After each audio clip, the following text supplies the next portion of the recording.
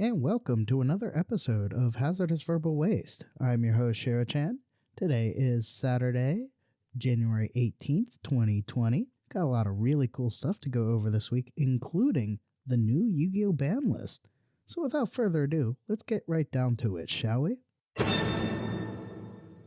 In Yu-Gi-Oh! News, well, the new ban list has officially dropped. It does not go into effect until January 20th. The previous list will remain in effect until that time. And I've got to say, from my point of view, this list is not the small changes update that Konami has been promising. This is a full overhaul of the meta. It is insane the number of changes they've made. There are, let's see here, 1, 2, 3, 4, 5, 6, 7, 8, 9 new cards added to the Forbidden list alone. There are 1, 2, 3, 4, 5, 6, 7, 8, 9, 10 changes to the limited list, 3 changes to the semi-limited list, and a whopping 1, 2, 3, 4, 5, 6, 7, 8, 9, 10 changes to the no longer on list category. So this is an insane ban list, and one that I am very much looking forward to discussing with you guys. First, let's just go over the changes that have been made. On the Forbidden list, we have Orcrest Harp Horror, Thunder Dragon Colossus, Heavy Metal Foes Electromite, Ib the World Chalice Justicar, I do apologize if I'm messing these names up, Tempest Magician, Outer Entity Azathoth, Salamangreat Mirage Stalio, Brilliant Fusion, and Sky Striker Mobilize Engage. So big, beefy changes to the Forbidden list. On the limited list, we have Danger Nessie. It was initially semi-limited. Dino Wrestler Pankratops is new to the limited list. Servant of Endymion is new to the list. True King Lithosagem the Disaster was originally forbidden and is now limited to 1. We also have Card of Demise is new to the limited list. Dragonic Diagram was new to the list. Into the Void is new to the list. Pot of Avarice was originally forbidden, so they're bringing a few oldies but goodies back. Sekka's Light is new to the list. Ooh, that's going to be a hit to my personal income, as I do have several of those cards currently for sale. And Red Reboot is new to the limited list. On the semi-limited list, the changes are Deep Sea Diva was originally limited. Tour Guide from the Underworld was originally limited. And Mind Control is new to the semi-limited list. The cards that are coming off the list altogether include Dark Armed Dragon, Lady Debug, Morphing Jar number 2, Porphamage, I do apologize for butchering these names, Damage Juggler, Tribe Infecting Virus, Sky Striker Ace Kagari, Book of Moon, the Phantom Knights Rank Up Magic Launch, Solemn Warning, and Soul Drain. So yeah, we are seeing quite a change, and this is going to make for a very interesting meta. Without further ado, let's get right into the list of forbidden cards and the changes that have been made. Next week, I'll go over the limited, semi-limited, and no longer on the list cards. First up, Orcrest Harp Horror. Here it is. Just looking through here, it is a dark machine type monster, level 4, 1700 attack, 1400 defense. And its effect, you can banish this card from your graveyard, special summon one Orcrest monster from your deck, except Orcrest Harp Horror. Also, you cannot special summon monsters for the rest of this turn, except dark monsters. You can only use this effect of Orcrest Harp Horror once per turn. The next card on the list is Thunder Dragon Colossus. This is a dark Thunder Fusion effect monster, level 8, 2600 attack, 2400 defense. Its effect, it requires Thunder Dragon and one Thunder monster. Must be either fusion summoned or special summoned during the turn a Thunder monster's effect was activated in the hand by attributing one Thunder effect non-fusion monster, in which case you do not use polymerization. Cards cannot be added from the main deck to your opponent's hand except by drawing them. If this card would be destroyed by battle or card effect, you can banish one Thunder monster from your graveyard instead. The next card on the Forbidden list that is new to the Forbidden list is Heavy Metal Foes Electromite. This is a fire attribute psychic link effect monster with bottom left and bottom right link arrows. It includes 1800 attack, link 2. Its effect reads, it requires 2 pendulum monsters to summon. And if this card is link summoned, you can add one pendulum monster from your deck to your extra deck face up. Once per turn, you can target one other face-up card you control, destroy it, then add one face-up pendulum monster from your extra deck to your hand. If a card or cards in your pendulum zone leaves the field, draw one card. You can only use this effect of Heavy Metal Foes Electromite once per turn. The next card on the Forbidden list is Ib, the World Chalice Justicar. It is a water attribute spellcaster synchro tuner effect monster, level 5, with 1800 attack and 2100 defense. Its effect, it requires one tuner and one or more non-tuner monsters. For this card's synchro summon, you can treat one World Chalice normal monster you control as a tuner. You can only use each of the following effects of Ib, the World Chalice Justicar, once per turn. If this card is synchro summoned, you can add one World Legacy card from your deck to your hand. If this synchro summoned card is sent from the field to the graveyard, you can special summon one World Chalice monster from your deck or graveyard, except Ib, the World Chalice Justicar. The next card on the Forbidden list is Tempest Magician. This is a dark spellcaster synchro effect monster, level 6, with 2200 attack and 1400 defense. Its effect reads that it requires one tuner and one or more non-tuner spellcaster type monsters. When this card is synchro summoned, place one spell counter on it. Once per turn, you can discard any number of cards to place one spell counter on a monster you control. For each card you discarded, you can remove all spell counters on the field to inflict 500 damage to your opponent for each removed spell counter. The next card on the Forbidden list is Outer Entity Azathoth. This is a Dark Fiend Xyz effect monster, rank 5, with 2400 attack and 0 defense.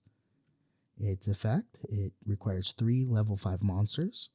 And it states you can also Xyz summon this card by using an Outer Entity Xyz monster you control as material. Transfer its materials to this card. Cannot be used as material for an Xyz summon. After this card was Xyz summoned, your opponent cannot activate monster effects for the rest of that turn. If this card has at least 3 Xyz materials, 1 fusion, 1 synchro, and 1 Xyz monster, you can detach one material from this card, destroy all cards your opponent controls. The next card on the Forbidden list is Salamangreat Mirage Stalio. This is a fire attribute Cybers Xyz effect monster, rank 3, with 2000 attack and 900 defense. It requires 2 level 3 monsters. Its effect reads, you can detach one material from this card, special summon one Salamangreat monster from your deck in defense position. Also, you cannot activate monster effects for the rest of this turn except fire monsters. If the succeeds summoned card is sent to the graveyard as material for the link summon of a Salamangreat monster, you can target one monster on the field, return it to the hand. You can only use each effect of Salamangreat Mirage Stalio once per turn. The next card on the Forbidden List is Brilliant Fusion. This is a continuous spell card. Its effect reads, when this card is activated, fusion summon one Gem Knight fusion monster from your extra deck using monsters from your deck as fusion material, but change its attack and defense to 0. If this card leaves the field, destroy that monster. Once per turn, you can discard one spell. The monster special summoned by this card's effect gains attack and defense equal to its original attack and defense until the end of your opponent's turn. You can only activate one Brilliant Fusion per turn. And the last card being removed from competitive advanced format play this season is Sky Striker Mobilize Engage. This is a normal spell. Its effect reads, if you control no monsters in your main monster zones, add one Sky Striker card from your deck to your hand, except Sky Striker Mobilize Engage. Then, if you have 3 or more spells in your graveyard, you can draw one card. So, what can we tell from these particular cards being banned? Well, for one, I was right. If you remember last episode, I said that Thunder Dragons, Sky Strikers, and Orcrus would get hit. I wasn't expecting the heavy metal foes, World Chalice, or Tempest Magician to get hit, or Salamangreat for that matter. But I predicted that Orcrus, Thunder Dragons, and Sky Strikers would get hit based on my research of the top 4 decks of the last 4, or the top 8 decks of the last 4 regional qualifiers and YCSs. So I was right. Yay! I am super excited about that, especially with Thunder Dragon Colossus. The regionals I went to in Seattle back in December, I pretty much was running in every match that I lost, every game that I lost against Thunder Dragon Colossus. It really hurt my deck. It really hurts a lot of decks, and it's very hard to get over, especially if you can't add cards from your deck to your hand other than drawing. So I'm glad to see that gone, and I am also very much glad to see Orcrus and Sky Strikers getting hit. I know that let me just double check here. So yeah, Sky Strikers and Orcrus and Thunder Dragons really took a hit with this ban list. The limited list and semi-limited list do seem to tweak things a little bit, but these are the big hits from the Forbidden List. And I cannot wait to see how this particular format turns out. If you have any ideas or about how this format's going to turn out, or you want to give your opinions on how the Forbidden Limited List came out, just shoot me a message, give me a call. I'll give you the communication details at the end of the episode. Without further ado, on to the next segment. In Pokemon news, Pokemon Sword and Shield dethrones Diamond and Pearl in new Famitsu sales chart record. Since the release of Pokemon Sword and Shield on the Nintendo Switch last November, both games have appeared at the top of the Japanese charts every single week. The latest chart data from the 6th to the 12th of January was no different. Pokemon took out the top spot for the 9th week in a row. If that wasn't already impressive enough, it's now been revealed this is the longest a game has ever been in first place on Famitsu's sales charts. The previous record holder that stayed in the number 1 spot for a total of 8 consecutive weeks was Pokemon Diamond and Pearl when it was released back in 2006. Before Sword and Shield arrived, no other game had really come close to the existing record. Super Smash Bros. Ultimate apparently had one of the better chances to dethrone Pokemon when it managed to stay in first for 5 consecutive weeks in a row, but ultimately fell short. The question now is, how long can Pokemon Sword and Shield stay in first? Last week, Game Freak confirmed Pokemon Home would launch next month, and alongside this announced a new 2-part expansion pass with the first area, the Isle of Armor, scheduled to release at the end of June. Perhaps this extra content will encourage more Switch users to pick up the game and might keep these latest entries into the series in the charts even longer. That's pretty much all we have for Pokemon news this week. On to the next segment. In Magic the Gathering news, Magic Arena's next set is out, and you can use the code PLAYTHEROS for free decks. Magic Arena, following tradition, is ushering in the new Magic the Gathering set a little earlier than its paper cousin. Theros Beyond Death, the Greek mythology theme set, is now live in Arena, with physical pre-release events happening this weekend and the full paper rollout launching on January 24th. The big mechanics this time are Escape, which lets you recast cards from your graveyard, Devotion, same colored mana can boost the strength of each card, and Constellation, bonuses that trigger when you use enchantments in this enchantment-heavy set. A number of other upgrades have arrived in Arena as well, like an icon that shows first when you initially earn a copy of a new card, a deck favorite system, and naturally a ton of cosmetics. Good luck with your jank decks until the meta properly forms. Unfortunately, that's pretty much all we have for Magic the Gathering news this week. On to the next segment. In gaming news, PS5 console design leak has major problem. The PS5 is set to release sometime later this year, and the closer we get to the next-gen PlayStation console, the more rumors, reports, and leaks pertaining to the console surface. And until Sony unveils the console's design, the most common product of the PlayStation rumor mill is going to be alleged designs of the system. And that's exactly what we recently got, and it's almost certainly fake. Despite this, it's been making the rounds quite a bit, mostly because of the ramifications if it's legit. If you haven't seen the leaked design yet, well, let's just say it features a bold and odd design. Now, the leak begins with some mock-ups making the rounds that claim to be official mock-ups of the consumer version of the PS5. Again, everything about the mock-ups seem fake. However, not long after they started to float around social media and gaming forums, an image reared its head on 4chan claiming to be from the final consumer console. Now, more so than the mock-ups, this leak screams fake.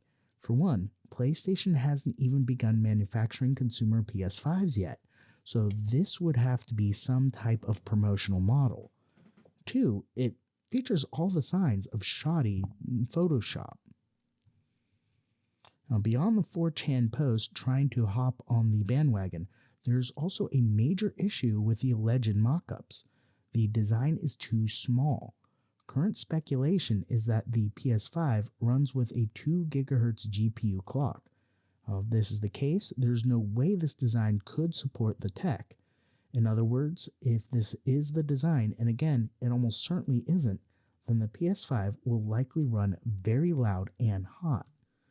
Again, I want to reiterate that these mock-ups that you are seeing online are very, very likely nothing more than fakes. That said, credible leaks of the PS5 dev kit show that it does boast a peculiar design, even by dev kit standards. In other words, perhaps there's a chance the consumer version of the console will also feature an unconventional design. Also in gaming news, why Microsoft is making sure you don't have to buy its new Xbox.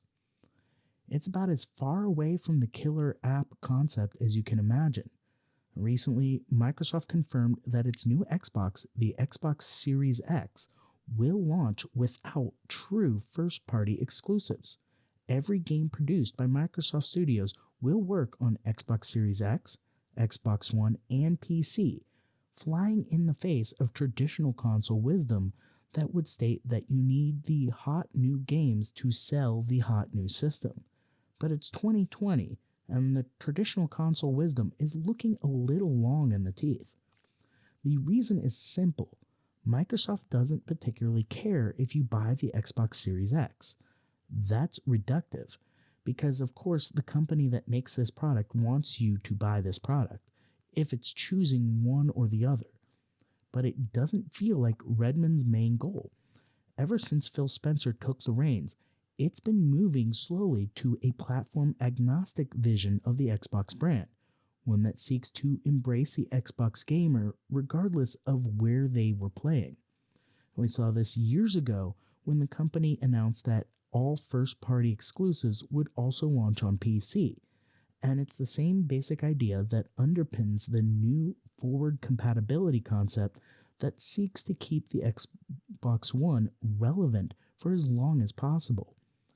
It's also this thinking that means there's basically no reason for a gamer like me or you to buy an Xbox Series X. I already have a comparably powerful PC, so I can play everything the X can, likely with as good or better graphics. Now, this is by design. There are a few reasons for this.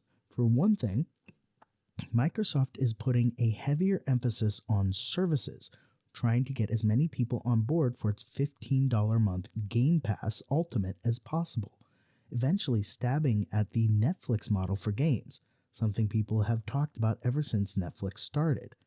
For another, this is just the way the wind is blowing.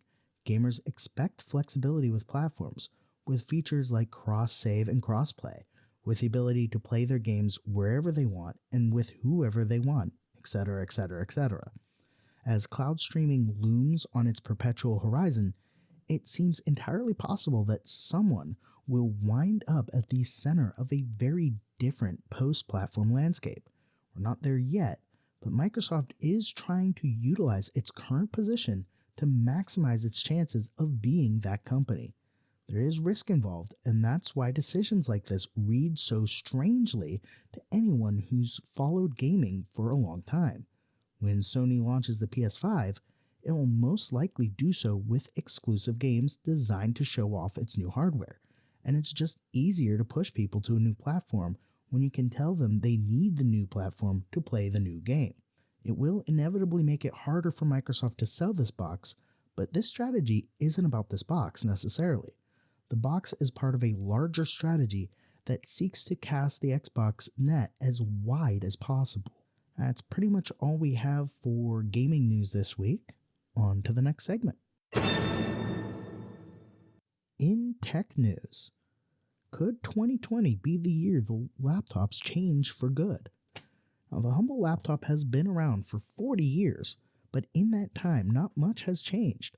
The basic form factor of a clamshell device that opens up to show a display on the top half and a keyboard on the bottom can be seen as far back as 1981 with the Osborne 1, which many people consider to be the first laptop.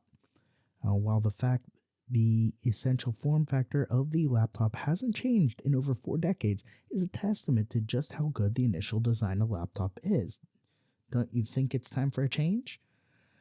Laptop makers obviously do, as it looks like 2020 will see an influx of new foldable laptops that are made of a single screen or 2 screens joined together by a hinge. Now, you're probably correctly thinking that all laptops are foldable anyway, but this new generation of laptops will be doing something genuinely different and something we've only seen so far in smartphones, as they'll be made up of a single foldable screen. Now, we've already seen a few of those at CES 2020, which was held in Las Vegas at the beginning of January. The Lenovo ThinkPad X1 Fold was there, giving us perhaps our best look at what the future of laptops could be. Now, the Lenovo ThinkPad X1 Fold is made of a single 13.3-inch OLED display, which can be used as a tablet or folded into a traditional laptop, with half the screen acting as a keyboard. Meanwhile, the Dell Concept Duet is a early prototype that was also shown off at CES 2020, but which takes a slightly different tack, being made up of two separate screens joined by a hinge, similar to Microsoft's upcoming Surface Neo. With big names like Lenovo, Dell, and Microsoft working on foldable laptops, it's clear that this new form factor could be making a big splash. However, these companies need to be careful. While the original laptop design nailed it, if companies rush out a product with a new form factor that's riddled with problems, it could kill the foldable laptop concept before it's really even begun. Laptop makers were surely watching Samsung's travails with its Galaxy Fold smartphone, an innovative foldable device that many feel was launched too early and suffered from well-publicized problems that led to Samsung postponing the launch, and combined with the huge price tag is likely to have led to its disappointing sales. Now, no one will want to go through what Samsung did, and this caution is probably why, even though Microsoft announced the Surface Neo in October of 2019, we won't see it until the end of 2020. As Anisha Bhatia, senior device analyst at Global Data, a leading data and analytics company, points out, quote, "Folding displays are still in the experimentation stage. Both manufacturers and carriers alike are figuring out specific use cases for foldable displays that best fit their overall strategy, where they aim to market a media device or a productivity tool or a two-in-one product. Do we really need foldable laptops made up of one or two screens?" As I mentioned earlier, the reason why laptops have hardly changed over the years is because they work so well. Anyone who has used a touchscreen keyboard, which these new devices will use, will know that they just can't compare to physical keyboards, especially when typing for long periods of time. There's also the fact that the Galaxy Fold's infamous issues will have put off potential customers. And like foldable smartphones, foldable laptops will likely cost a lot more than the traditional laptops. Manufacturers will need to work hard to prove to consumers that these new laptops are worth the extra expense rather than simply being pricey gimmicks. But there's obvious potential with these new form factors, and with the likes of Dell and Microsoft investing in foldable laptops, it's clear that laptop makers think there's enough people who are bored of traditional designs and want something new, something exciting, no matter what the cost. That's pretty much all we have for tech news this week. On to the next segment. In entertainment news, Seth MacFarlane leaves Fox after 21 years for a $200 million NBCU deal. Seth MacFarlane will now be doing business with NBC Universal, having signed an overall deal with the company that is reportedly worth at least $200 million. According to Deadline, NBC Universal Content Studios, the conglomerate's new business division, outbid 20th Century Fox Television, where MacFarlane has created TV series for more than 2 decades. MacFarlane's deal with Fox expired in June, and his new pact with NBCU is said to span 5 years at the aforementioned 9-figure payday. Under the new deal, MacFarlane and his production company Fuzzy Door will develop and produce TV projects for NBCU's various networks and platforms, including the forthcoming Peacock streaming service, which is set to launch this April. Now, during his time at Fox, MacFarlane created and starred in series such as Family Guy, American Dad, and The Orville, the last of which is moving to Hulu later this year for its 3rd season. Despite his collaboration with NBC, MacFarlane will continue working on the series he currently has at Fox. Quote, "I'm extremely honored to be partnering with Don Olmsted and the entire UCP team," MacFarlane said in a statement to The Hollywood Reporter. "My relationship with Universal predates this new chapter, and if my experience producing television with UCP is anything like the experience I've had producing films with the company, it will be an exciting and creatively fulfilling one for me and for Fuzzy Door. I'm especially inspired by all of the opportunities that NBC Universal Content Studios has to offer with George Cheeks and Bonnie Hammer at the helm. I will remain indebted to my good friend Dana Walden and the team at 20th for their collaborative partnership over the years, and I look forward to our continued work together on Family Guy, American Dad, and The Orville. So, good news, bad news. Good news is, the shows we know that he does will continue on at Fox, and he will continue to helm them. The bad news, all future development from Seth MacFarlane will be coming out of NBC Universal, not Fox. That's pretty much all we have for this week. On to the final thoughts. Before we get to the final thoughts, here's a quick word from some other shows you might find entertaining. Hey, I'm Chen. And I'm James. We're from A Bloody Mess Podcast, the badly researched true crime podcast.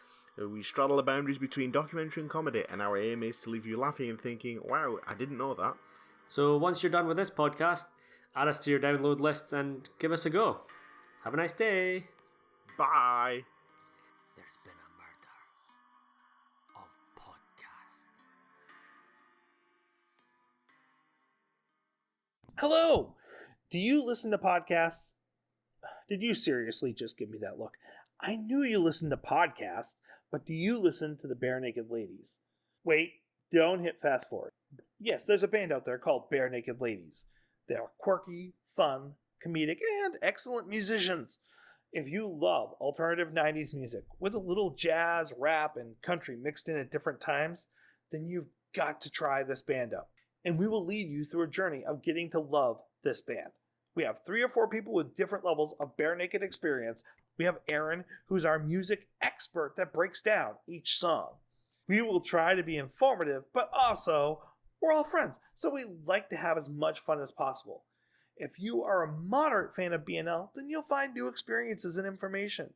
If you're a BNL fanatic like me, then I bet you too will find a song that is a deep dive that you never knew of. We sometimes have guests after the first letter. Oh, did I not mention that? We are Bare Naked ABCs, and the ABCs represents that we discuss the songs alphabetically. So come try us out on all platforms where podcasts are downloaded. Bare Naked ABCs. And no, we are not nude during the recordings. Bare Naked, Bare Naked, Bare Naked, ABCs.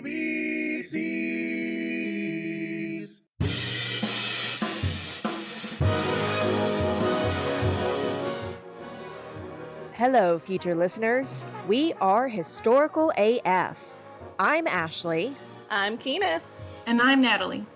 We are 2 librarians and a historian bringing the funny, weird, spooky, and morbid historical nuggets you never knew you needed in your ear holes every Sunday. And once a month, we bring you extra AF episodes full of your stories and history in the news. And we do this while hitting the giggle water and gracing the world with our foul mouths and wit. So if you love to laugh and you like history, true crime, and the paranormal, then we are the podcast for you, and your girls can't wait for you to join us. You can find us on all major podcasting platforms, including Apple Podcasts, Spotify, and iHeartRadio. For a full list of ways to listen, go to historicalafpodcast.wordpress.com. And while you're there, you can check out the photos that accompany each episode. Yeah, bye. We'll see you soon.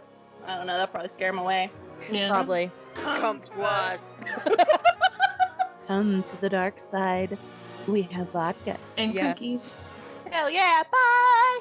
Bye.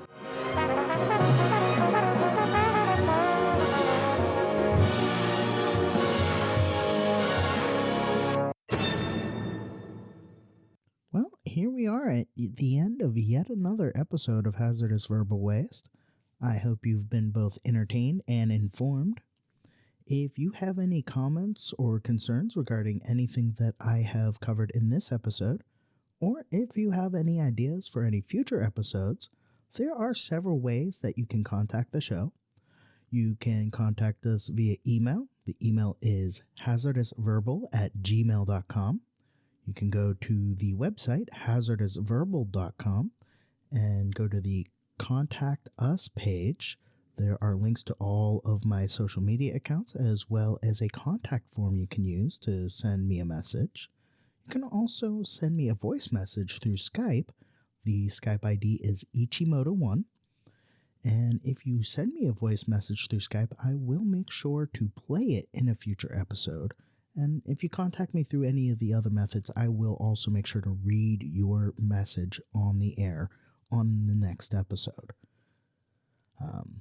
That's pretty much all we have. I did want to let you guys know that I went to the Seattle Online Broadcasters Association Twitch meetup in Seattle, Washington last week. And I've got to tell you, it was amazing. I met a lot of really cool people. I definitely have made some improvements in my Twitch stream, which is also on the website hazardousverbal.com. I have made some improvements in regards to how I am streaming, where I'm streaming to. I will be making more improvements as time goes on. I did want to let you guys know that I am just shy. Just a little bit shy. Basically 2.14 average viewers per stream shy of making affiliate with Twitch. So if you get an opportunity, check out the stream. It's Macromaster 2015. And, watch me play some games, interact with me. If you have if you are watching and you are a Twitch account holder, you can interact with me in the chat. And I will make sure to talk with people, and I won't always respond via text. I will usually respond by talking to you, but that's neither here nor there. So that's pretty much all we have for this week. Until next week, I'm Shiro-chan, signing off. Peace.